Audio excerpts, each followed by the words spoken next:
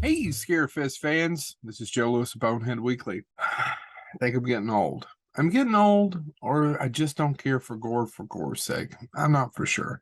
If it's funny, then yeah, but I just don't know that I care for gore just for gore's sake. That being said, let's review Terrifier 2. I've actually had the privilege because of Scarefest to be able to interview David Thornton Howard, who plays Art the Clown. He was at Scarefest before COVID, did his panel, and then Catherine Corcoran, and she has the infamous death scene with the first Terrifier. So Terrifier was okay. It had the common decency to be 80 minutes, and I really am always impressed by that movie only costing $30,000. So with Terrifier 2 only costing $250,000, crowd-funded, I will have to say it's all on the screen. Is it still low budget? Yes, but the effects, the gore, it's all on the screen. It's almost 2 hours and 20 minutes long. There's no reason, unless you're The Exorcist, that you should ever be 2 hours or more for a horror film. There's no 2 hours and 20 minutes for something called Terrifier 2. It's far too long.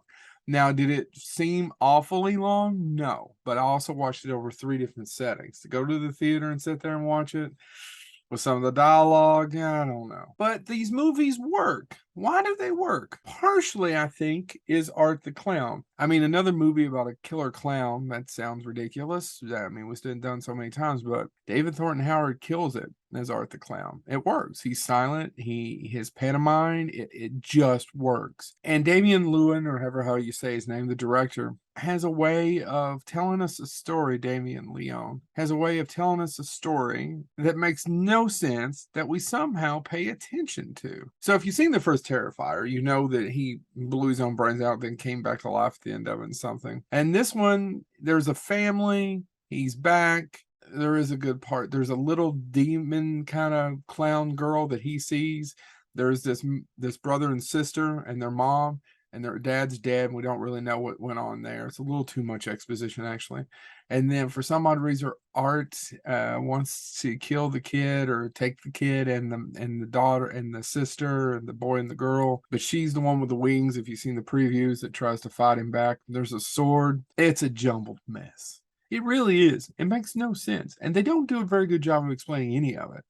But for some odd reason, the movie is compelling and you watch it. And in fact, I say Damien Leone has some talent and he's great with the effects. In fact, there is a one horrifying scene. And if you've seen the movie, you know what I mean. When the girl's in the bed and he's still cutting pieces of her and half of her, and she says the mommy, it's like, that's good. That works. Some of it is just gross, though. It's just gross to be gross. But Art the Clown is fun. The way they kill each other, the crazy violence, I get it. It's somewhat fun for some people. But I think I'm just getting too old. I don't know. I just don't want the violence for violence sake. The whole time I'm sitting there thinking, oh, can you explain a little bit more of the supernatural thing that they brought into it, of why this happens, of why Art's back, of what causes Art the Clown to do this?